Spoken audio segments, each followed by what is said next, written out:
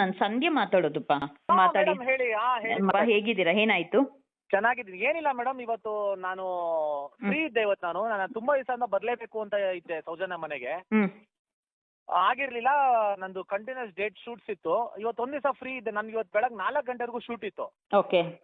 Shoot ಮುಗಿಸ್ಕೊಂಡು ಹೋಗಿ ಸ್ನಾನ ಮಾಡ್ಕೊಂಡು ಹಂಗೆ ಎದ್ದು ಬಂದು ಕಾರಲ್ಲಿ ಮಲ್ಕೊಂಡು ನಾನು ಓಕೆ ಬಂದು ಗಿರೀಶ್ ಸರ್ನ ಆಮೇಲೆ ಮಹೇಶ್ ಸರ್ನ ಮೀಟ್ ಮಾಡ್ಕೊಂಡು ಓಕೆ ಸರಿ ಸೌಜನ್ಯ ಮನೆಗೆ ಹೋಗಿ ಅವ್ರ ಅಮ್ಮನೆಲ್ಲ ಮಾತಾಡಿಸ್ಕೊಂಡು ಬರೋವಾಗ ಒಂದು 7-8 ಜನ ಪ್ರೆಸೋರ್ ಇದ್ರಲ್ಲಿ.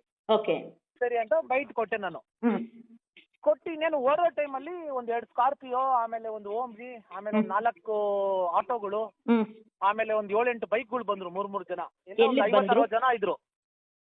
ಎಲ್ಲಿಗೆ ಬಂದ್ರು?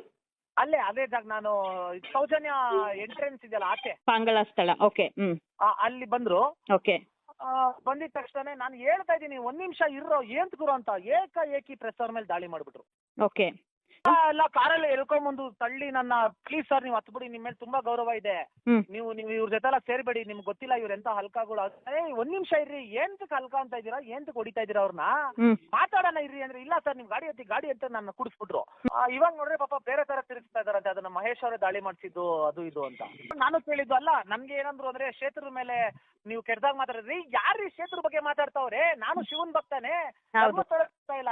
ಇವಾಗ ಹೂತಾಕಿರೋ ಶವಗಳು ಆಚೆ ಬಂದ್ರೆ ನೀವ್ ಎಲ್ಲಿಂದ ಕೆಟ್ಟೋರಾಗ್ತೀರಾ? ಹೀರೋಗಳು ಆಗ್ತೀರಾ ನೀವೆಲ್ಲ? ಹೌದು. ಆಯ್ತಾ? ಇವಾಗ ಒಂದ್ ಹೆಣ್ಣಿಗೆ ನ್ಯಾಯ ಕೊಡ್ತೀರಾ, ಹೀರೋಗಳು ಆಗ್ತೀರಾ, ಯಾಕೆ ಭಯ ಬೀಳ್ತಾ ಇದ್ದೀರಾ?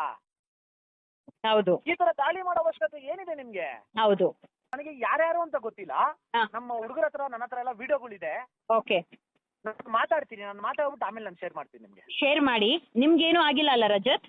ಇಲ್ಲ ಮೇಡಮ್, ನನ್ನ ಯಾರು ಮಕ್ಕನೂ ನೋಡಿಲ್ಲ. ನಂದು ನನ್ನ ಮಕ್ಕನೂ ನೋಡಿಲ್ಲ. ಯಾಕೆ ಸುಳ್ಳು ಹೇಳೋದು? ಯಾಕೆ ನನ್ನ ಮಕ್ಕನೂ ಯಾರು ನೋಡಿಲ್ಲ, ನನ್ನ ಹತ್ರ ಯಾರು ಮಾತಾಡ್ಲೂ ಇಲ್ಲ. ಅವರೆಲ್ಲ ಯಾರು ಪಾಪ. ನಾನು ಹಾಸ್ಪಿಟಲ್ಗೆಲ್ಲ ಕಾಲ್ ಮಾಡಿ, ಮೇಡಮ್ ಅವರು ಇಲ್ಲ, ಅವ್ರಿಗೆ ಇಂಜುರಿಯಸ್ ಆಗಿದೆ, ಕಂಪ್ಲೇಂಟ್ ಇನ್ನು ತೀರಾನೇ ಹೊಡೆದ್ರು ಮೇಡಮ್. ಇಲ್ಲ, ತೀರಾನೇ ಹೊಡೆದಾಕ್ಬಿಟ್ರು.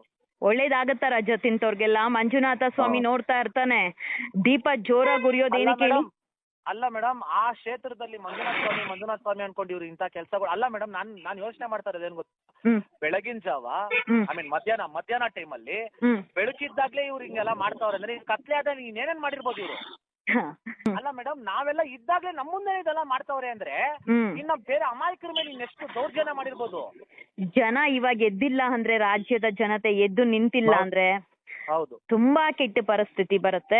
ಇವತ್ತು ಗಂಡು ಮಕ್ಕಳ ಮೇಲೇನೆ ಈ ತರ ಹಲ್ಲೆ ಆಗತ್ತಂದ್ರೆ, ಹೆಣ್ಣು ಮಕ್ಕಳನ್ನ ಯಾವ ತರ ರಕ್ತ ಹಿರಿ ತಿನ್ಬೋದು? ಇವ್ರು ಧರ್ಮ ಅಂತಾರಲ್ವಪ್ಪ, ಫಸ್ಟ್ ಧರ್ಮದ ಹೆಣ್ಣು ಮಕ್ಕಳನ್ನ ಹಣ್ಣು ತರ ತಿಂದು ಬಿಸಾಕ್ತಾ ಇದಾರಲ್ಲ ಲುಚ್ಚಾಗ್ಲು. ಪೊಲೀಸ್ ಅವ್ರನ್ನ ಕಳ್ಸಿದ್ದೆ ನಾನು ಮೇಡಮ್. ಹೌದಾ? ಹೌದು. ಅಲ್ಲಿ ಮೇಲ್ಗಡೆ ಬಂದ್ವಿ, ನನ್ನ ಕರ್ಕೊಂಡ್ಬಿಟ್ರು. 1 ನಿಮಿಷ ನಿಲ್ಸು, ನನಗೆ ಮನ್ಸು ತಡ್ದಿಲ್ಲ.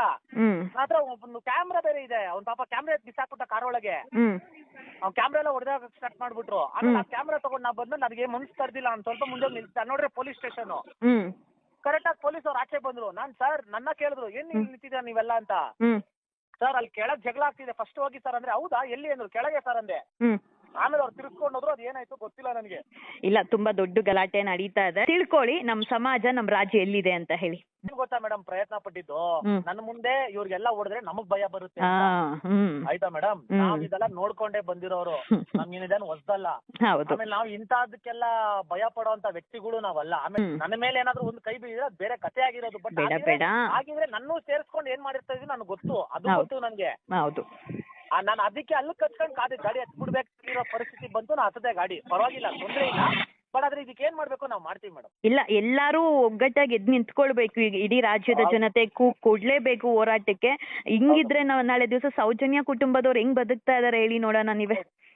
ಹೌದು ಮೇಡಮ್, ಅದನ್ನೇ ಬರ್ತಾ ಕಾರಣ ಅದನ್ನೇ ಮಾತಾಡ್ತಾ ನಮ್ಮ ಮುಂದೆ ಹಿಂಗೆಲ್ಲ ಮಾಡಿದ್ರು ಅಂದ್ರೆ, ಸೌಜನ್ಯ ಕುಟುಂಬ ಕಥೆ ಹೇಳು, ಬೇರೆಯವ್ರ ಕುಟುಂಬ ಕಥೆ ಹೇಳು.